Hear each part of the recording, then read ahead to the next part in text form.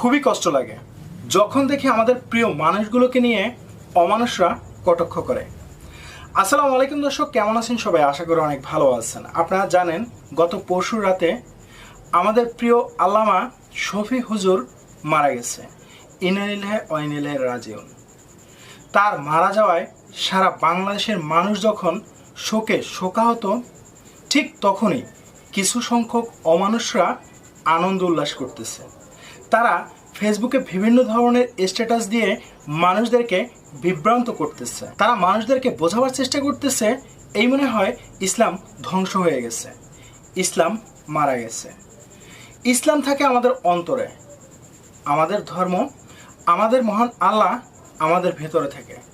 তারা যতই ষড়যন্ত্র করুক না কেন, মহান আল্লাহ তাআলাকে আমাদের অন্তর থেকে কখনোই ভোলাতে পারবে না। প্রিয় ভাইয়েরা, আপনারা হয়তো অনেকেই দেখছেন তসলিমা নাসরিন, তিনি একজন মুসলিম নারী, কিন্তু বর্তমানে তার নাস্তিকতা এতটাই বিস্তার লাভ করছে যার কারণে তিনি এখন বর্তমানে বাংলাদেশ ছেড়ে ইন্ডিয়ায় অবস্থান গ্রহণ করছে। বাংলাদেশে থাকতে পারেনি।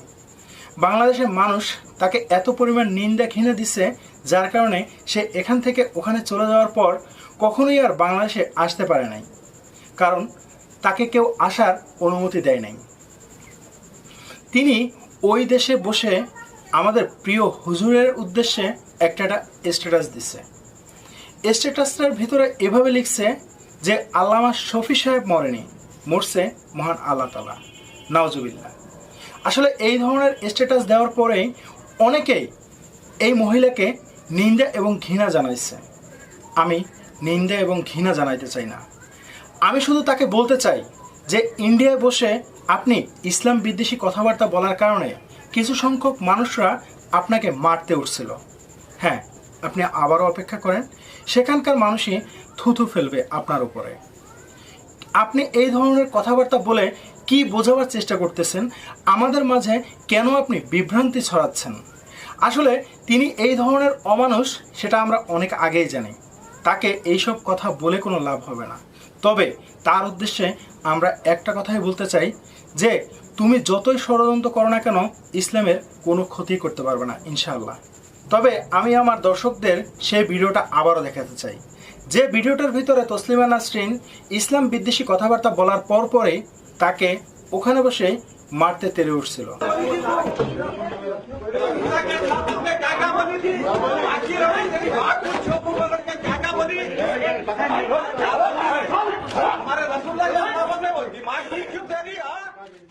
আসলে এদের মান সম্মান লেমিনেটিং করা, জুতা পিছা যাই মারেন না কেন মান সম্মান যাবে না। তবে সবচাইতে কষ্ট লাগছে ওই সময় যখন দেখলাম আমাদেরই একটা জাতি ভাই, তিনি আমাদের হুজুরকে নিয়ে স্ট্যাটাস দিচ্ছে। সেই স্ট্যাটাসটা এত বিশ্রীভাবে লেখা ছিল যেটা আমি পুরো শোনাতে গেলেও আমার মুখ থরথর করে কাঁপবে। আসলে একজন মৃত ব্যক্তিকে নিয়ে এভাবে স্ট্যাটাস দেওয়ার মানে কি? তসলিমা নাসরিন তিনি একটা নাস্তিক, তিনি ইন্ডিয়ায় থাকে, তিনি দিতে পারে। যেহেতু তিনি নাস্তিক, কোনো ধর্মে বিশ্বাস করে না, তার কথা না হয় বাদই দিলাম এবার। কিন্তু আমাদেরই একটা জাতি ভাই, তিনি একটা স্ট্যাটাস দিছে এভাবে: আলহামদুলিল্লাহ, জাহান্নামের নিকৃষ্ট কুকুর আহমদ শফি ওরফে লালা শরীফ ইন্তেকালে গভীর শোক প্রকাশ করছে, ঈদ মোবারক। এই লোকটির নাম ছিল মুফতি আলাউদ্দিন। এই মুফতি আলাউদ্দিন কে সেটা আমি চিনি না, তবে তার একটা পেজ আছে, তিনি বিভিন্ন সময় বিভিন্ন বক্তব্য দিয়ে থাকে। পরবর্তীতে তিনি সেই পেজের মাধ্যমে আবারও লিখছে যে আসলে পূর্বের যে পোস্টটি অত্র পেজ একজন অ্যাডমিন আমাকে না জানিয়ে দিয়েছিল, এরূপ পোস্ট অবশ্যই অনুচিত ও বেমানান। পোস্টের জন্য দুঃখ প্রকাশ করছে। পরবর্তীতে তিনি আবার দুঃখ প্রকাশ করছে।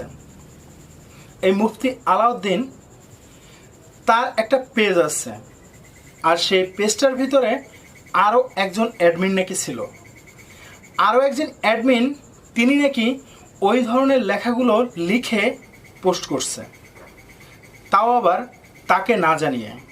পরবর্তীতে তিনি যখন জানতে পারছে যে এই ধরনের একটা পোস্ট আমার পেজ থেকে করা হয়েছে, ঠিক তখনই সেটাকে ডিলিট করে দিয়ে এই ধরনের একটা পোস্ট তিনি করছে।